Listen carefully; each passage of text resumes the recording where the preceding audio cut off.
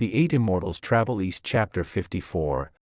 We're going to see how this Ming Dynasty text gives us a profound look at institutional arrogance, the concept of restorative justice. Which is super relevant today, by the way. All relevant. And ultimately, we're going to see how these incredibly powerful, supposedly untouchable gods eventually end up meddling in the everyday, mundane lives of regular mortals. It's quite the journey. It really is. So I want to jump right into the inciting incident here, because the sheer scale of the overreaction is fascinating to me. Okay, let's do it. We start with the celestial authorities reacting to this chaos on Earth.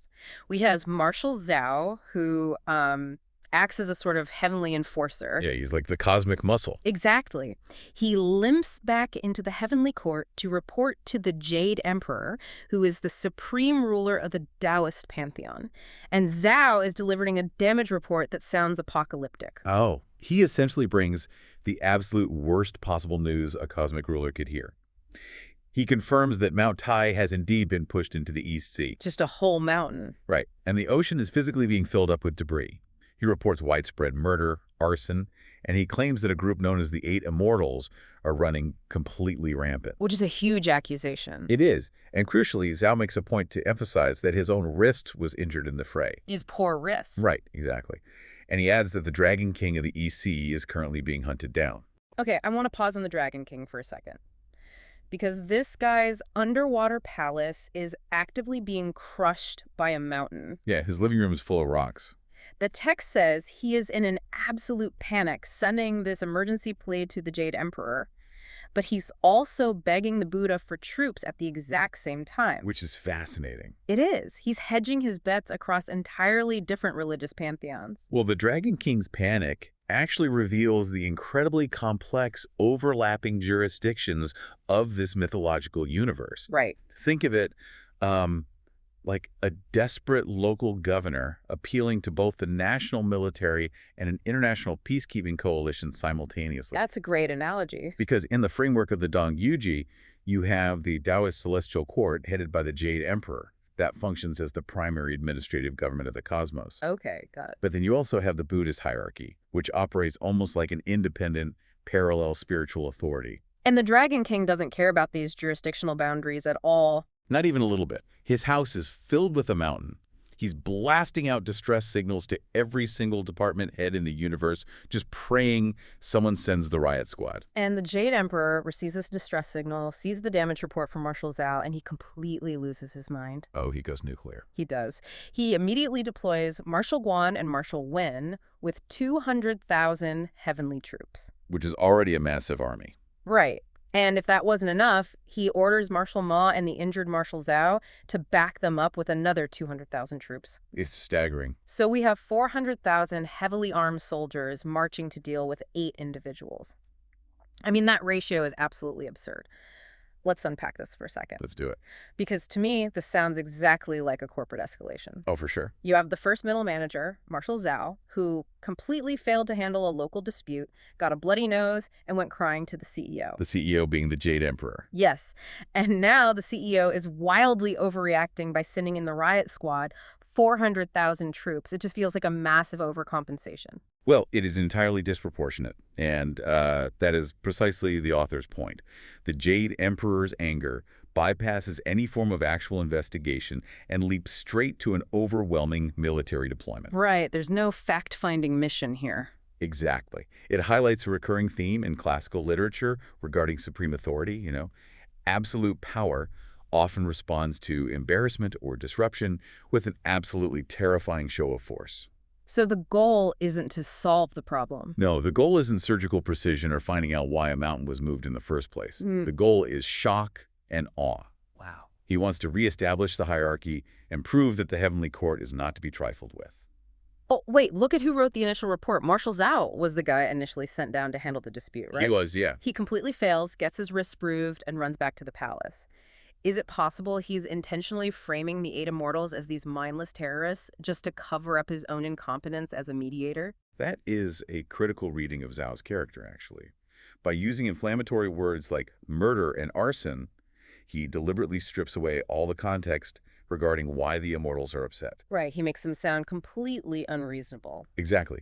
Because if the immortals had a valid grievance, well, it would mean Zhao failed his primary objective to mediate the situation peacefully. Oh, that makes total sense. So he's covering his own tracks. Yes. So instead of admitting a diplomatic failure, he frames it as an unprovoked rebellion.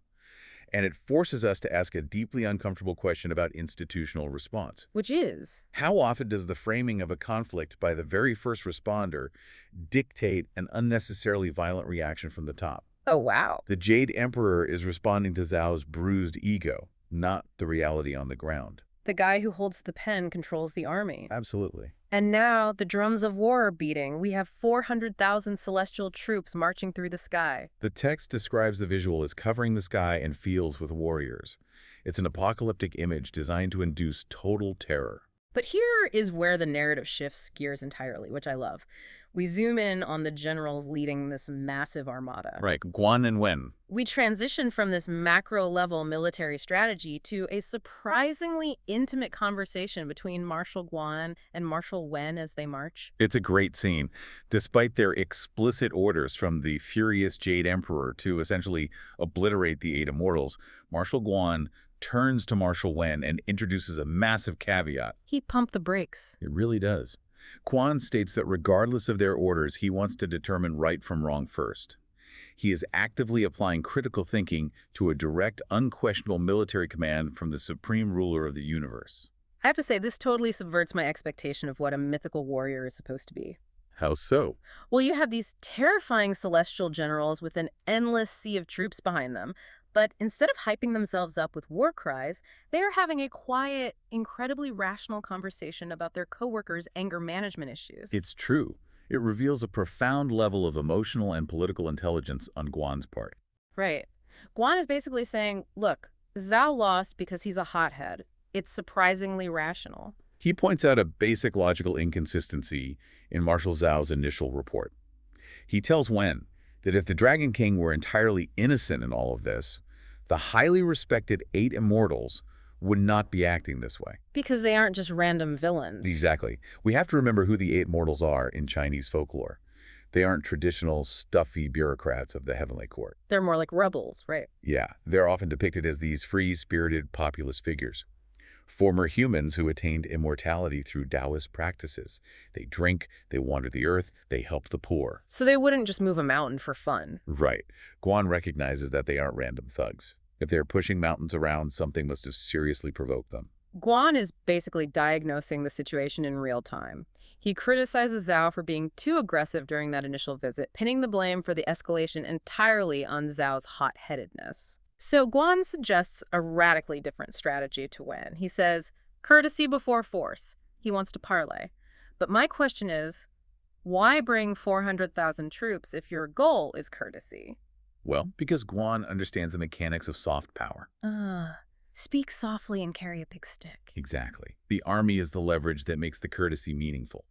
Furthermore, Guan makes an incredibly astute political prediction here. Right, he sees the bigger picture. He tells Wen that because the 8 immortals are highly connected, meaning they have a vast network of relationships with other powerful deities across the cosmos, a mediator will inevitably step in to stop the fighting. He knows he is walking into a political minefield. He absolutely does. If he just marches in and slaughters the 8 immortals, he risks angering half the pantheon of gods who consider them friends or disciples. So he's anticipating a mediator before one even appears. That is staggering foresight. And it makes total sense when you look at the reaction on the ground. What happens down there? Well, Iron Critchlai, one of the 8 immortals, sees this massive army darkening the sky. And he doesn't panic. And he doesn't immediately attack. Which shows incredible restraint. Right. He warns his peers not to underestimate the massive army, organizes a defensive stance, and immediately goes to Laozi for help. So both sides are preparing for war, but the leaders on both sides are desperately looking for a diplomatic off-ramp. They recognize that the systemic machinery of war has been turned on by an overreacting emperor, and they are trying to figure out how to shut it down from the inside without destroying each other. Which brings us to the actual standoff. Guan's courtesy before force doctrine sets up a tense, formal parley. Okay, set the scene for us. Zhongli Quan and Ludong Bin, representing the immortals, step out from their defensive lines to speak with Guan and Wen. And Guan doesn't accuse them. He simply asks why they resisted heaven. And this is where we finally hear the other side of the story. Into the real story. Zhongli explains their core grievance. First, he completely validates Guan's suspicion. He says Marshal Zhao refused to listen to reason and acted like a thug. Vindicating Guan's theory completely. Yep. Then Zhongli lays out the actual crimes committed by the Dragon King. He reveals that the Dragon King stole a crucial magical item from them, a jade tablet. A huge deal in this mythos. And worse, the Dragon King captured their friend, Lan Kaihe, locked him in a dark room, and used the massive aquatic armies of the ocean to bully the immortals. So the immortals were essentially the victims of a localized underwater mafia boss. Exactly. They are laying out a clear case of grand theft, kidnapping, false imprisonment, and military overreach by the Dragon King. It's a laundry list of crimes. It is. They are operating on a very old, very human set of principles.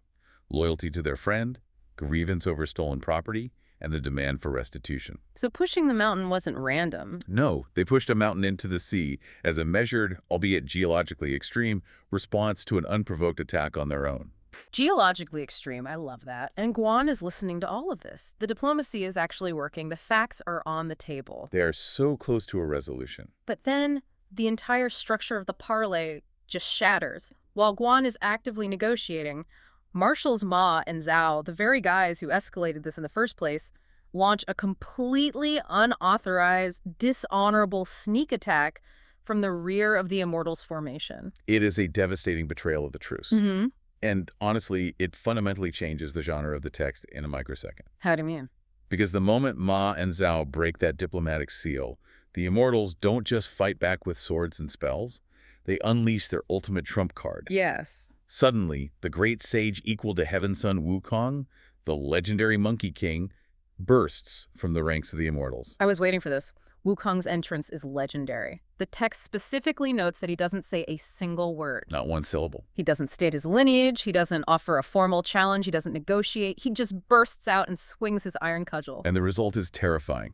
When Ma and Zhao try to block a strike from the great sage, the text notes casually that their celestial weapons instantly shatter into pieces. Just shatter. Yeah, they are completely and utterly outclassed. Wow. Okay, so diplomacy completely breaks down because of this internal sabotage, and the sheer scale of the resulting destruction finally forces the universe's highest authorities to intervene. They have no choice now. We shift from a kinetic military battle to a tense arbitration. Iron Crutch Lai's early call for help pays off, and Laozi and the Buddha arrive on the scene. And they arrive right at the critical moment, shouting for a ceasefire before the great sage can eradicate the rest of the heavenly host. Thank goodness. And shortly after, Guanyi, the Bodhisattva of compassion, also arrives on a cloud. Though, importantly, the text notes she initially just comes over to watch the drama unfold. I love this detail so much. The Bodhisattva of compassion essentially pulls up with a bucket of popcorn to watch the universe tear itself apart. It's hilarious. Laozi and Buddha, who are the supreme enlightened beings of Taoism and Buddhism respectively, turn to Guanyi and ask her to mediate. But once the mediation actually starts, things bog down immediately. The Dragon King and the Immortals just start yelling at each other again, repeating their grievances. As expected. And the highest, most enlightened beings in the universe, Laozi and Buddha, are absolutely useless in stopping it. Their reactions during this arbitration are, honestly, a razor-sharp piece of philosophical satire. Really? Tell me about that. As the two sides scream at each other over kidnapped friends and stolen artifacts, the Buddha's only contribution is to occasionally close his eyes and say his mantra, Amitabha. Just mumbling it. Right. Yeah. And Laozi, the grand patriarch of Taoism, just sits there muttering, let it be, let it be. I don't understand. These are the most powerful spiritual figures in the text.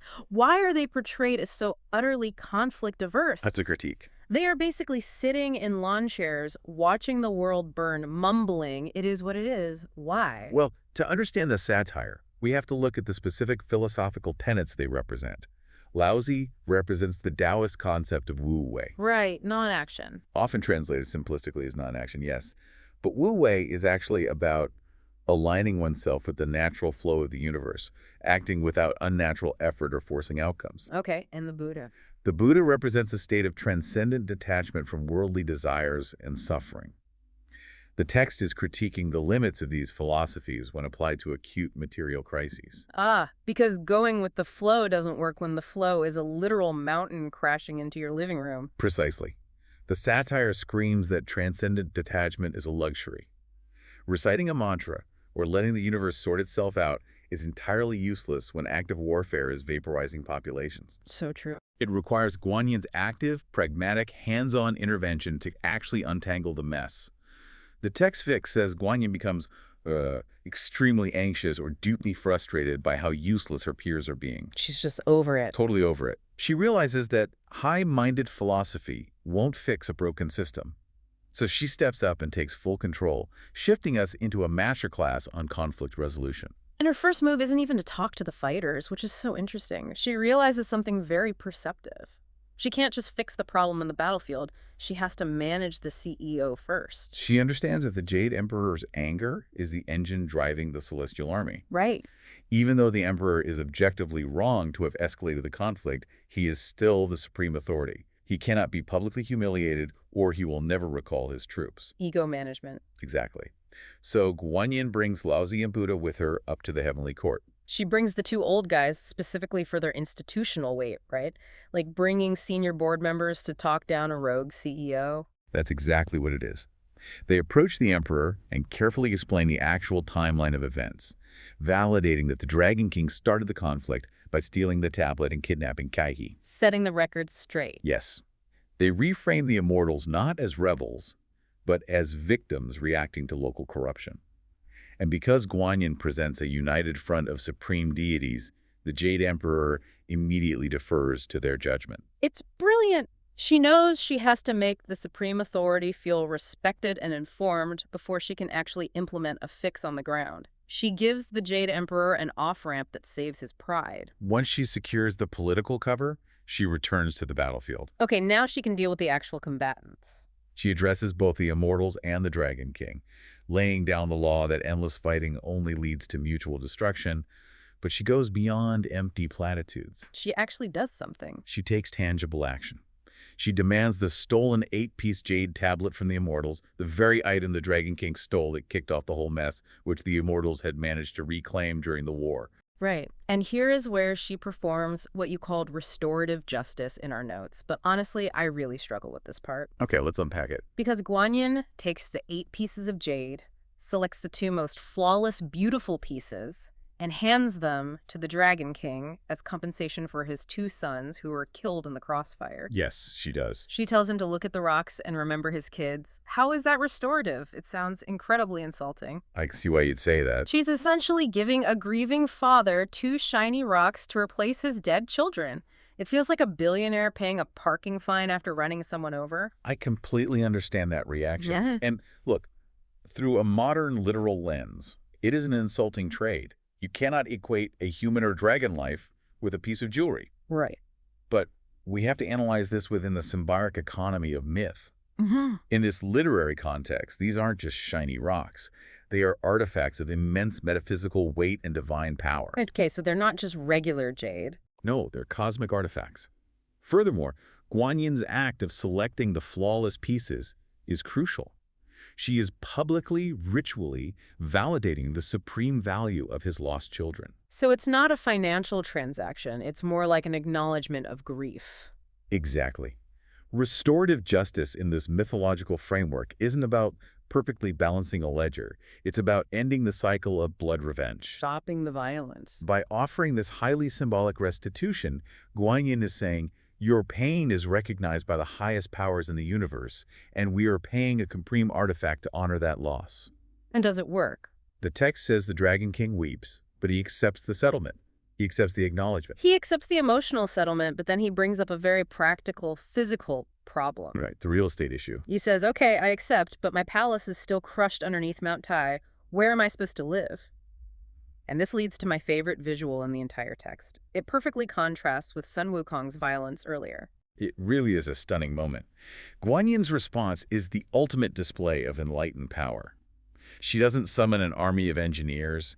She doesn't perform a flashy, kinetic, explosive spell. No, none of that. She simply reaches her hand out, dips one single finger into the churning ocean, hooks it under the base of Mount Tai, and casually lifts the entire mountain out of the sea, placing it gently back exactly where it originally belonged on land. Coop. A tectonic plate moved with a single finger. Problem solved. The contrast is key here. Right, because the Monkey King used overwhelming physical force to destroy 100,000 lives in an instant. Guanyin uses an equally incomprehensible level of power, but she uses it entirely to restore, to heal, and to fix the environment without spilling a single drop of blood. It perfectly encapsulates the difference between martial power, which destroys, and enlightened power, which restores order. And the Jade Emperor loves this, right? Oh, when the Jade Emperor sees this miraculous feat from his vantage point in heaven, he is absolutely amazed. He officially signs off on the peace treaty, and then he hands down the final judgments and punishments for the war. Well, we have to talk about these punishments. Because let's tally the bill here. 100,000 troops are dead, 2 dragon princes are dead, a mountain was moved, the ocean was temporarily filled with rubble. Massive cosmic destruction. What is the ultimate penalty for the Dragon King and the 8 immortals who caused all of this mass death and destruction? Well, the Jade Emperor looks at the situation, notes that Laozi and Buddha are mediating, and decides to be lenient. Lenient. He docks the Dragon King's pay for 1 year, and he gives the 8 immortals a minor demotion in celestial rank, strictly limited to 1 year. After 12 months, everything goes back to normal. The text literally says, from then on, heaven and the deep were separated again, and the world was at peace. The hierarchy is restored, and the status quo is maintained. But, the narrative doesn't stop there. Right. There's a whole other half to this. With the cosmic war settled, Chapter 54 executes a massive, jarring pivot. The perspective shifts drastically. Now that the 8 immortals have essentially served their 1-year suspension and are back in good standing, what do they do with their time? They don't just sit around in heaven. Yeah, they don't just sit around in the heavenly court. They go down to the dirt roads of the mortal realm, and they begin interacting with regular humans. This final section is fascinating. It's essentially a compilation of earthly sightings, like mythological urban legends. That's a great way to put it. We transition from epic, high fantasy warfare involving millions of troops to a series of highly localized, intimate encounters. Let's walk through these because they represent a massive shift in how we understand divine power. We go from gods moving mountains to gods doing street magic. These stories frame the immortals as active, hidden participants in the mortal world, constantly testing or blessing everyday people. Let's look at the first encounter. It involves a Taoist selling interlocking wooden rings in a crowded market. The rings are carved so they have no seams, but they form the shape of the Chinese character Lu. Like the character for Lu Dongbin. Right. A local scholar looks at this puzzle, connects the clues, and realizes he's looking at the immortal Lu Dongbin. The scholar immediately bows down in the middle of the market and begs for spiritual salvation. He recognizes that he is standing in the presence of the divine. And what does Lu Dongbin do? He playfully tricks the guy. Classic trickster move. He says, "Hey, someone behind you is calling me." And when the scholar turns his head to look, Lu Dongbin vanishes into thin air. This perfectly illustrates the playful trickster archetype common in Taoist lore. Lu Dongbin isn't there to fight a war or issue commandments. He's there to amuse himself and remind mortals that magic exists just beneath the surface of the mundane. But why not grant him salvation? The scholar passed the intellectual test of recognizing the god, but perhaps his desire for immediate salvation was too eager or unearned. So Lu leaves him not with enlightenment, but with a magical memory, a puzzle that points toward the divine without fully revealing it.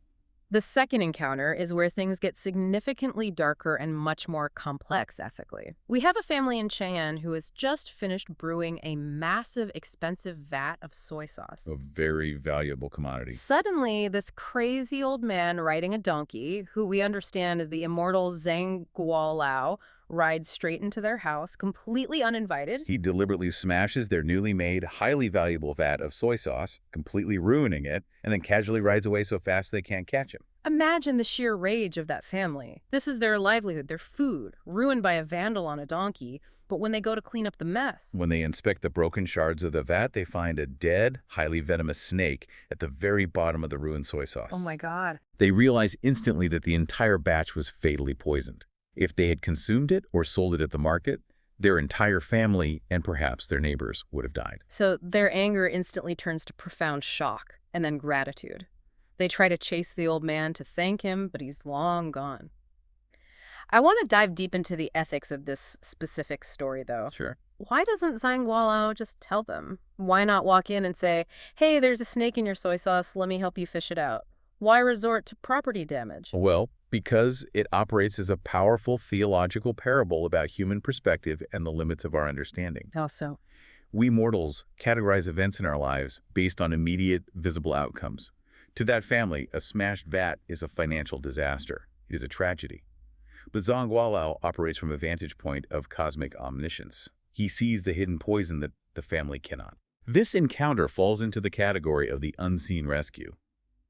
It challenges the reader to consider that what we often perceive as sudden misfortune, a run of terrible luck, or the violent destruction of our carefully laid plans, might actually be a hidden divine intervention saving us from a toxic fate we simply couldn't perceive. That is incredibly heavy. The old man breaks their stuff and leaves them to figure it out. It demands a radical level of trust in the chaos of life. It really does. It asks the reader to look at their own disasters and wonder if they are actually blessings in disguise. Which leads directly into the third encounter, which is perhaps the most famous trope in global folklore. An explicit test of virtue. The beggar on the bridge. Exactly. We have a beggar with rotting, diseased feet lying on a bridge in the south.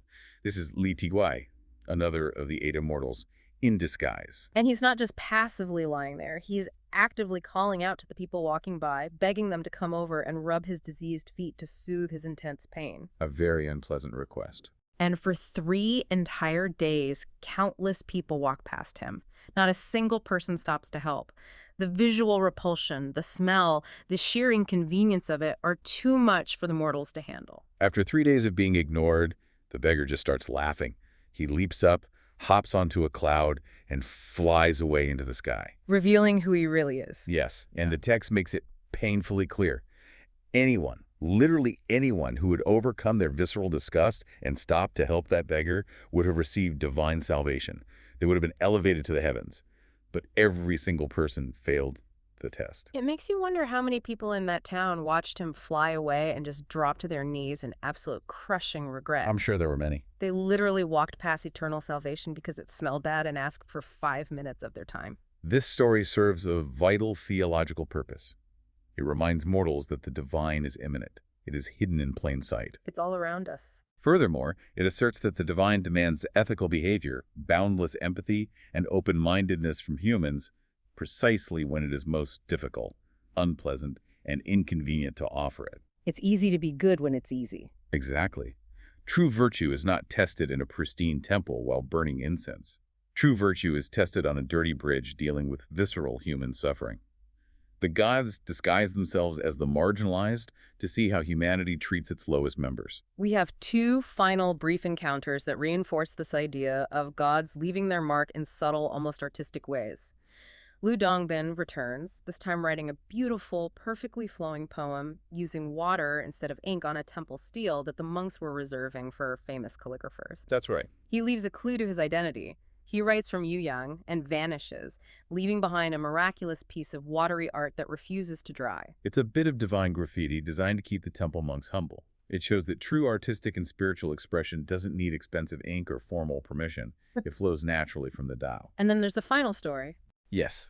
The very last story involves a Taoist, again implied to be the ever-present Lu Dongbin, who approaches a dead, withered scholar tree in the courtyard of the Prince of Lu. What does he do to it? He puts a strange black pill into a hole in the dead wood, traces the character Lu on the ground, and leaves.